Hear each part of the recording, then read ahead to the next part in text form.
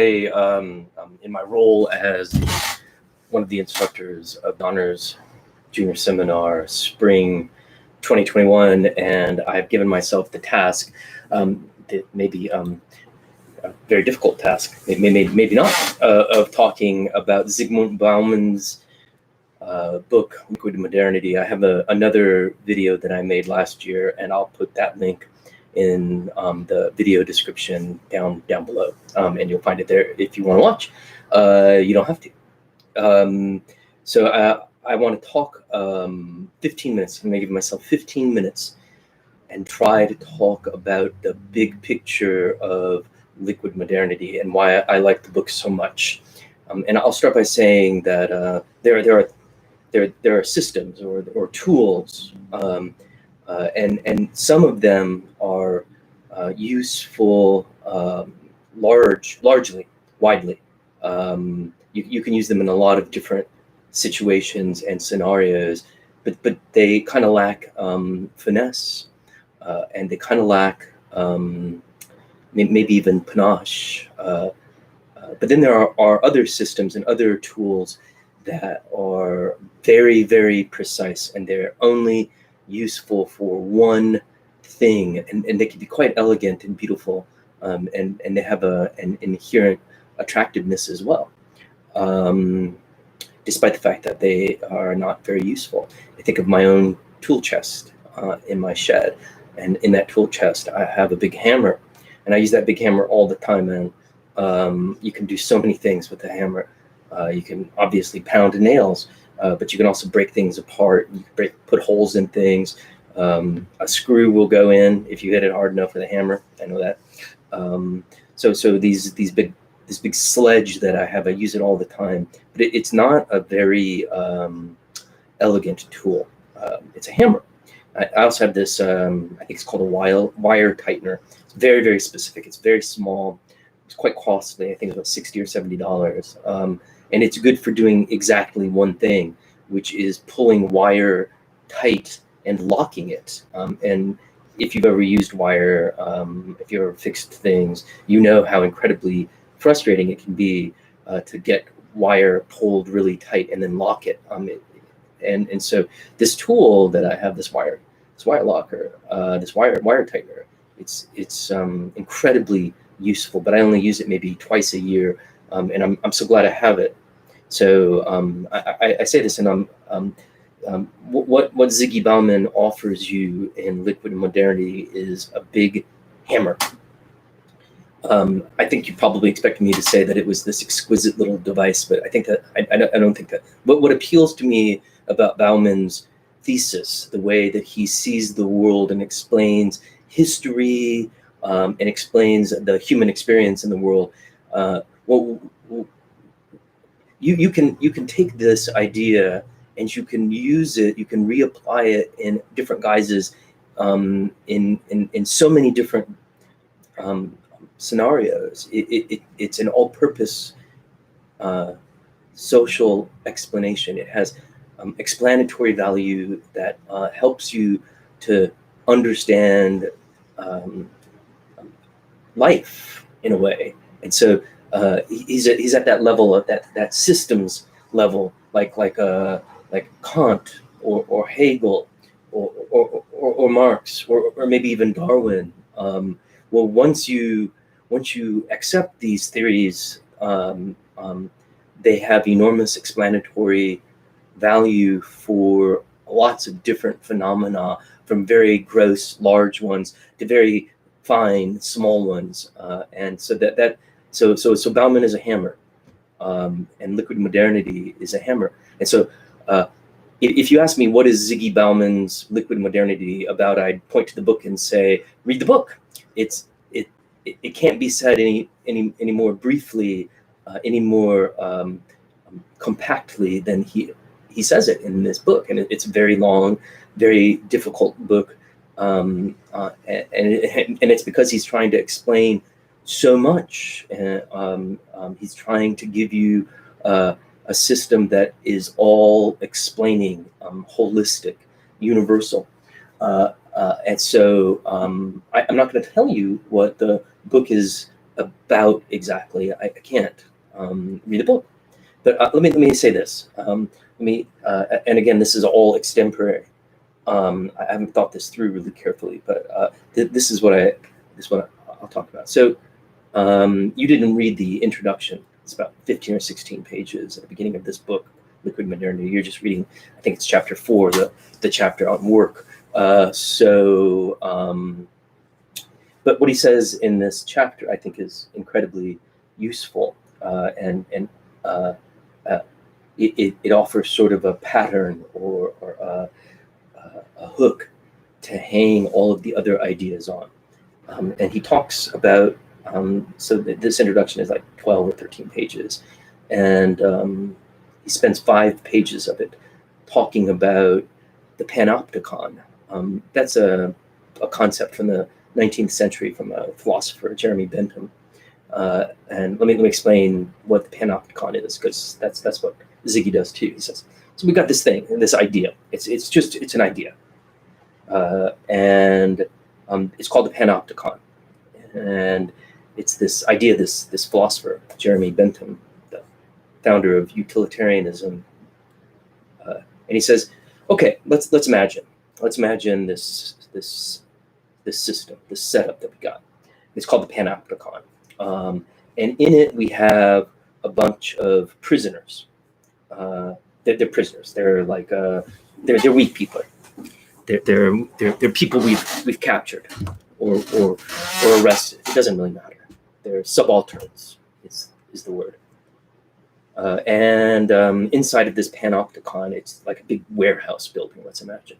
And inside of this Panopticon, every second of your day is planned, and you're expected to adhere completely to the schedule. So let's say from 3 to 5 o'clock, you need to twist wire. Yeah, continue that theme from earlier. And we're going to manacle you to the workbench, and to make sure that you're doing it, we have these guards, and you're never quite sure. You don't see the guards, right? Because they're outside the warehouse. They're like on the roof of the warehouse, looking down at you, or maybe through the windows, but you can't see them, and you're never sure where they are or when they are. And so so you better work, because if they catch you not working, if they catch you not adhering perfectly to the schedule, you'll be punished. It doesn't matter what the punishment is. So there's this idea of being constantly monitored. And here's Bentham's. He has a lot of things to say about this. This is sort of his model of his modernity, and it's used by Foucault to talk about that's the French philosopher Foucault.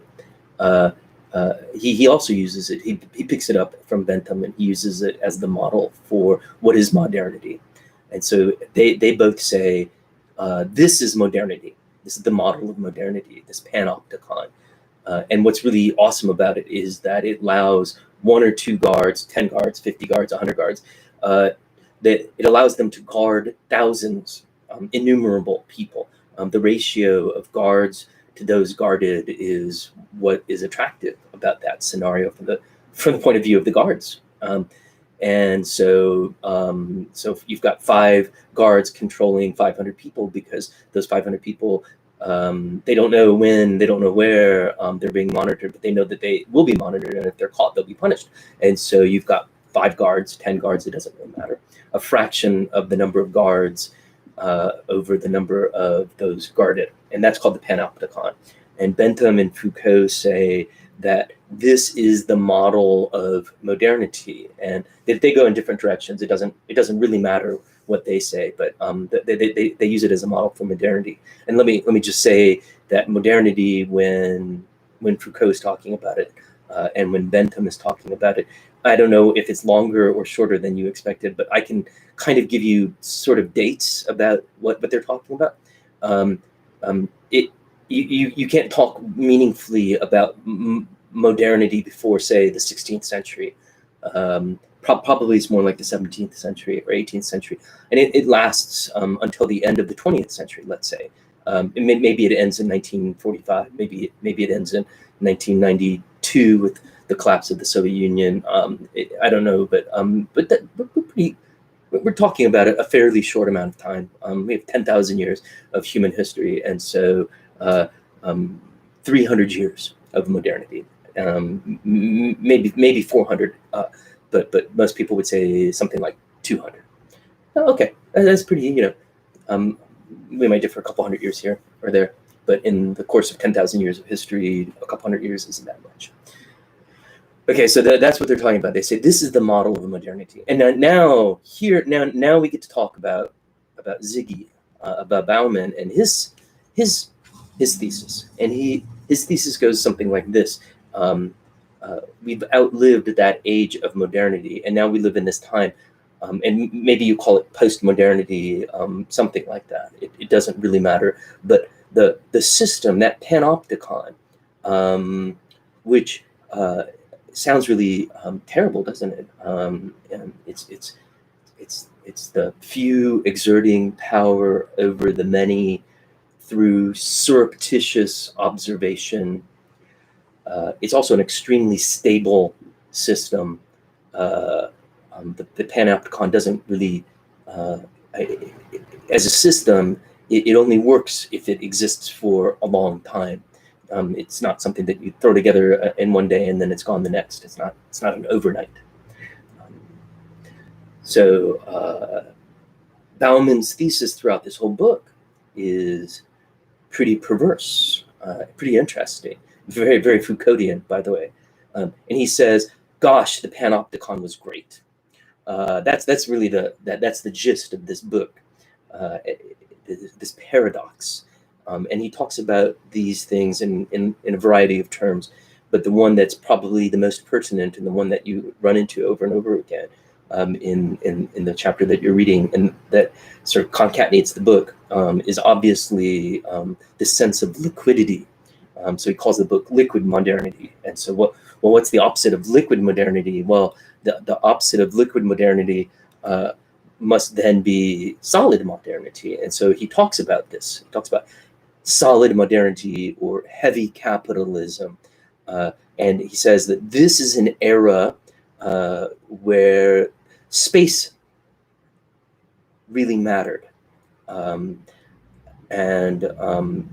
heft and weight and solidity and 3 dimensions, that's what mattered. And so there's this idea of capitalism, of solidity, of stationary permanence, that he says is the metaphor that rules over this period of modernity that Bentham is talking about and Foucault is talking about. Foucault doesn't really talk about it that way, but that's okay. He does, but he doesn't too. Anyway, so you're like, whoa, wait, that's crazy, man. Like the Panopticon sounds terrible, and we've been taught that sort of solidity, there's that word, right, is bad. That what the Panopticon represents is this solidity of relationships and this very, very specific place of occurrence.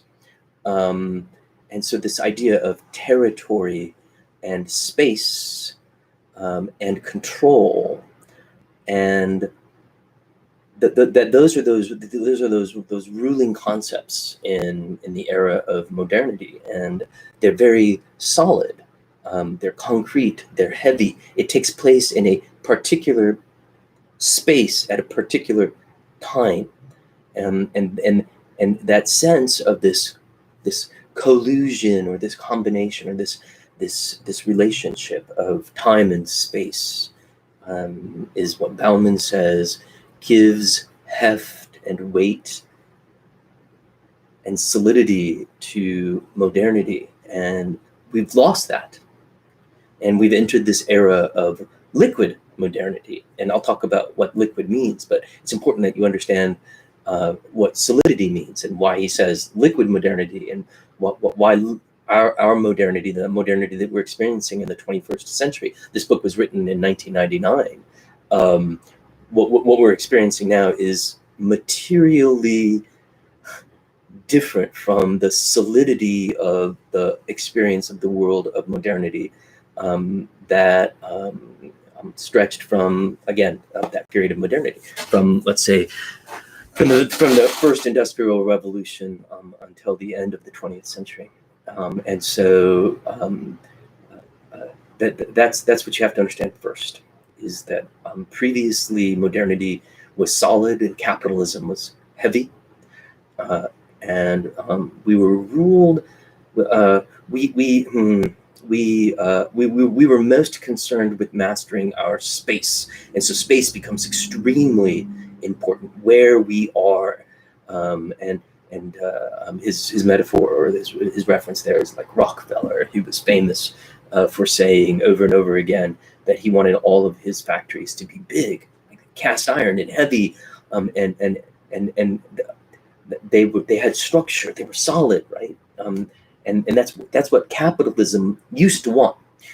It prioritized space and heaviness and a sense of territoriality, and that's what the Panopticon is all about. It's about control of space, authority and violence and space. They're all wound up there. We feel them in that description of the Panopticon. It's so much like a sort of an idealized prison. And prisons are big, and they're heavy, and they have space, and they have walls, and they have bars, and they have physicality. Okay, now we introduce this idea of liquidity and liquid modernity or post-modernity, and Bauman says that we've now entered into an era that is no longer modern, and we know it's not modern because space and time have become decoupled. We've broken bonds, and he begins this whole thing with this almost chemical description of the world. He says, it's not really the matter that matters. It is the bonds that bond the atoms together that form things. And those bonds are what matter. And so those bonds, in a way, they kind of unite time and space. They make things permanent. Things exist in them. And there's this sense where the word exist or is bound up with stationary sedentarism. That word that you'll see, sedentarism, that means civilization. It comes from the Indo-European word sed, like to sit. Yeah, and so this idea that solid matter exists in a time and space, but we've transcended that because, and this is what Bauman says, we've mastered time, and time is speed, and what we've managed to do incrementally, and then all of a sudden very quickly, is to overcome space with time. So I don't know how you want to think about that, but think about this. Buying things used to take time. You used to have to get in your car and drive to the mall and shop around and compare prices, and you make a purchase, and then you come home. And now think about Amazon Prime. I used it this morning. I love Amazon. And you find a product that you want to buy, and boom, boom, bing, bing, bing. And then the next day, sometimes that night, the thing suddenly appears. And in this sense, this is all a bunch of technology, and it's capitalism. And I love technology, and I love capitalism. And I'm not dinging them here. But what it's done is it's collapsed space. It's suddenly made present a coffee cup that I ordered that morning, and for Bauman, and I think this is really a great way of thinking about things. One way to look at technology is technology. One way to look at human agency that has been in the last few hundred years greatly enabled by our grasp of technology. What technology does is it collapses space It makes going from over great distances very easy and very fast. Cars, for instance, like it used to be. I've walked across Russia, and it used to be that you could travel 30 miles a day on foot, and for thousands and thousands of years, hundreds of thousands of years, people walked. But now they don't walk, and they get into cars and they drive 60 miles an hour, and instead of going 30 miles in a day, they go 30 miles in 30 minutes. So think about this, right? Like, so this is technology, and it's a conquering of space through time. And there's a limit. Talk to a physicist. Like time, speed has a limit, which is really weird to think about, but it has an upper limit, and that's the speed of light. The speed of light is the upper limit of speed. You can't go faster than the speed of light. And so go read Wikipedia about the speed of light. And Ziggy says we've reached that bound. That's what's made our new modernity different from the old modernity of Bentham and his Panopticon, because we've reached the speed of light. The speed of light is how fast electrons travel. And when I hit enter for my email, those electrons they go through the ionosphere or whatever, and they appear there, 1,000 miles away, 10,000 miles away, 100,000 miles away, and they just appear instantly, more or less, speed of light. And so we've conquered space, and that's come at great cost to us. That's what Liquid Modernity is about. That's what this book is about. It's the cost of conquering space with time. One way to think about this book.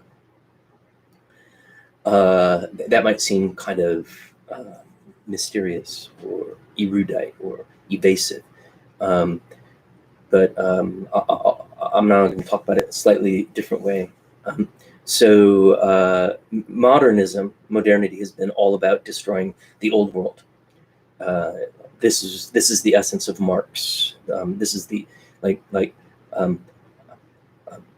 what we've seen in modernity, and why we call it modernity, is that it's destroyed the old world of systems. We've destroyed. It doesn't really matter. We recognize that the world that exists now is materially and fundamentally different from the world of 500 years ago, because those institutions, like, I don't know, no nobility or estates or kings, even nations, they've sort of, like, those things that seemed so real and eternal, and they lasted thousands and thousands of years. What we've seen in the course of the 19th century, 18th century, 19th century, is a destruction of those. And we have we've made this claim that that's a good thing, and I think it's a good thing. I'm not debating this, but this is what Marx says. Marx, who looks at history, says, well, what's great about capitalism is that it destroyed the seeming eternal indestructibility. So what's great about capitalism is that it has destroyed what had seemed indestructible. It destroyed the old world, and now we've got this new world, and this new world, we have to make it. This is Marx, and this is also modernism. This is like, think of identity. We're no longer born kings and vassals. We're no longer born in a particular pattern that is permanent. We can become whoever we want, and that's good. That's what Marx wanted. But here's the deal. Here's what you have to keep in mind when we talk about Marxism and about modernity and about systems and all this, is that Marx said something like this. He said, we have to destroy the old systems so that we can construct new systems. That new system that Marx wants to destroy, the system that Marx wants to destroy is feudalism. It's the old world. And he wants to build a new world. It's called communism. And here's the thing, and this is what fascinates Bauman, and this is what you have to get, is that Marx, and I use Marx, Karl Marx, not specifically because of Marxism and his theories, but more as a marker, as a way of looking at the world. I also think Marx was largely right. So Marx says, what's great about capitalism, and Marx loved capitalism, is it destroyed the old order, the feudal world, and now we're in this period where we're free of the constraints of the old world, and we now have to construct a new world, and all the old rules are gone, but we're going to construct a new world in which there are lots of new rules. And there's this period between the destruction of the old world by capitalism and the time that we bring about like the new system, calls it communism. And that time is messy, and there's lots of revolutions and people killing each other, and we work out some new systems. But eventually the goal of Marxism, and here's the key, the goal of Marxism is to overturn an old system and institute a new system. And you have to understand that communism and Marxism, they want to destroy the old world and replace it with a system, but it's not because they don't like systems. They love systems, and they want to incorporate a new system, and they want to make it permanent. And this is the idea. Communism is the end of history, and we have a permanent system that replaces the transitory and apparently destructible systems that we find in history. And we enter communism, and time stops. That's what Marx says. That's what Hegel says too. And that's great. But here's the thing, and this is Bauman's rhetorical movement. This is what's so brilliant. He says we ended the old world and history started, and there was this period where time and space, heavy capitalism, solid modernism, they existed, and all the time we were seeking to destroy things, and we destroyed a lot, and we destroyed a lot of systems, and we were told that was good, and that meant freedom from our bonds. Remember the word bonds, and now we're free. And here's the heart of Bauman's argument. That freedom is terrible. Man, we never had it so good as in the Panopticon. This is what Baumans Thesis is, and you can really dislike it, but this is essentially Bauman's theory. It goes something like this: we were promised freedom and self-expression, and we were promised agency, and we were promised the destruction of all the constraints and bonds that we had in the old world, and that was modernity. And we were told all that was going to open up like human potential. It was going to be awesome. It was going to be like unicorns and rainbows. And now here we find ourselves, and what's happened is that we've replaced solid modernity with another system called liquid modernity. And liquid modernity is all about destruction and destruction of space, destruction of things, timelessness. This is postmodernity, right? And it turns out that that new system is just like Marx promised it would be, and that it's permanent and it's inescapable, and it's terrible. It's just like the Panopticon, except for the Panopticon was at least great. And here's right, ready? Like what's great about heavy capitalism, about solid modernity, is, and this is weird, and this is what people don't like about Bauman, but what I like about Bauman, and this is what is so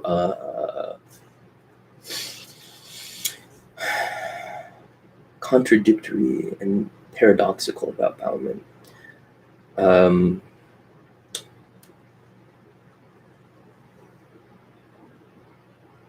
We got the short end of the stick because we had this sort of weird puppy dream that once we destroyed the old world, there would be no more power and no more authority. Nobody else would be in charge. And that sounds great, doesn't it? No more teachers' dirty looks. But it turns out that that really sucks, because there was a time when time and space were the same in modernity and before, where people who had power and people who didn't have power, they were locked together.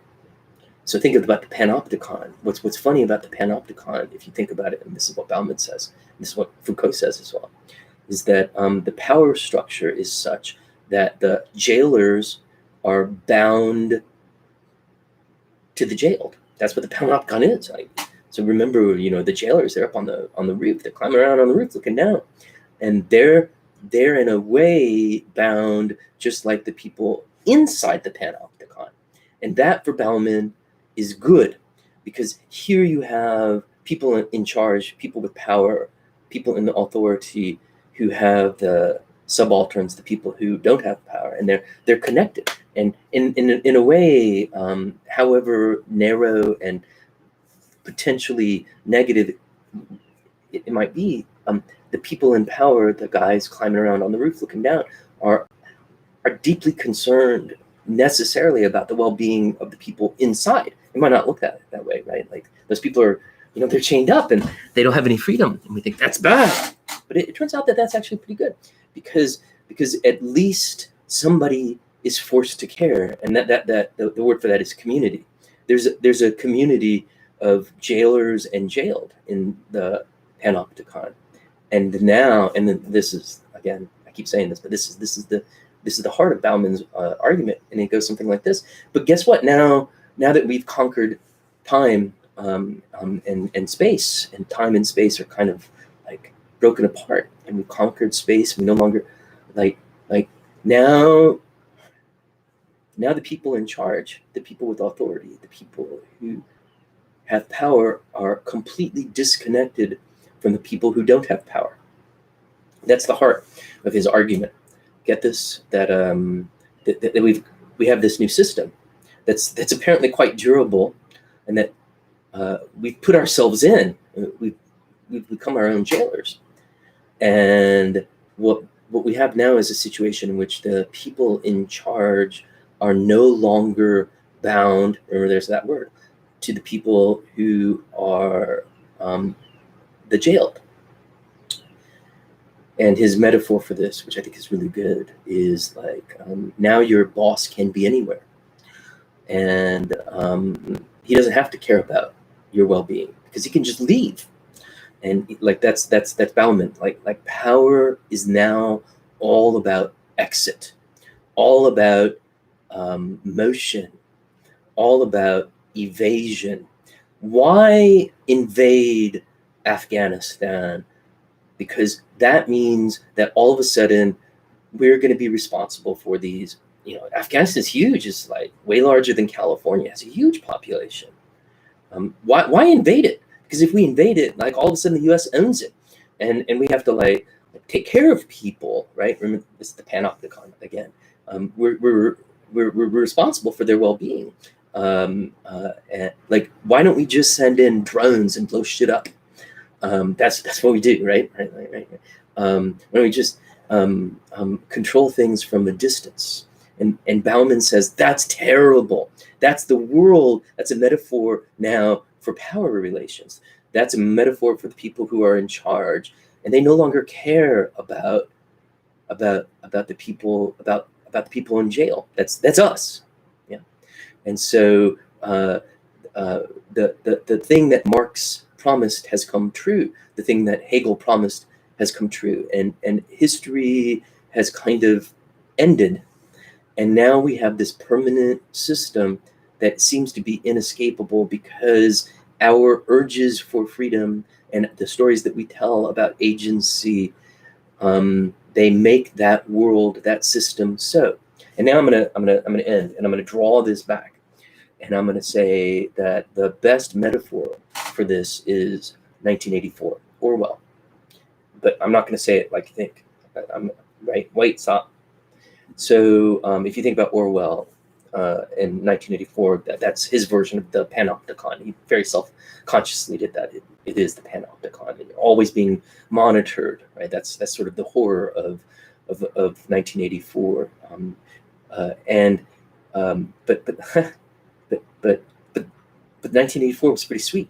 It was pretty great, because the people who were in charge, they were there in a very, very specific place in London, and they were charged with the well-being of the people that were in it. Now, they didn't really care for the people. Remember, it's like just the power that matters to them. But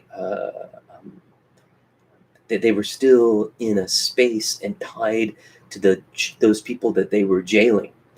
And so here's the thing: 1984 is a metaphor for the Panopticon, and it's horrifying, it's terrible, and it sounds pretty great compared to the system that we have now. When I say that the system that we have now is a lot like 1984, I mean it in a way not like you think. I don't. In fact, I don't think that that Orwell described well postmodernity.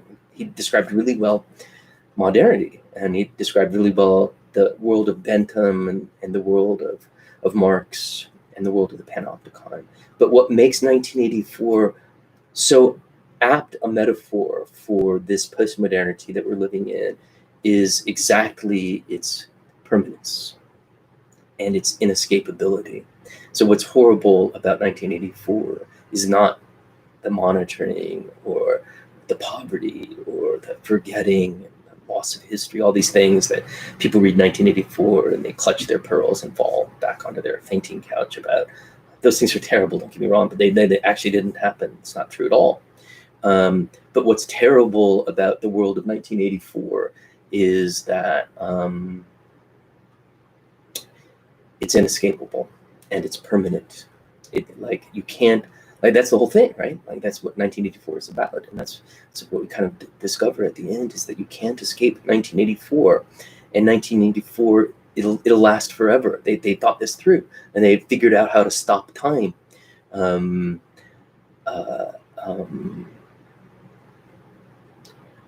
And so that permanence and inescapability of the world of 1984 is what's so horrifying. Not what Orwell describes in 1984, which is just the Panopticon, but the stability and inescapability of it, which is exactly the situation that we find ourselves in this postmodern world that Ziggy Bauman describes as liquid modernity.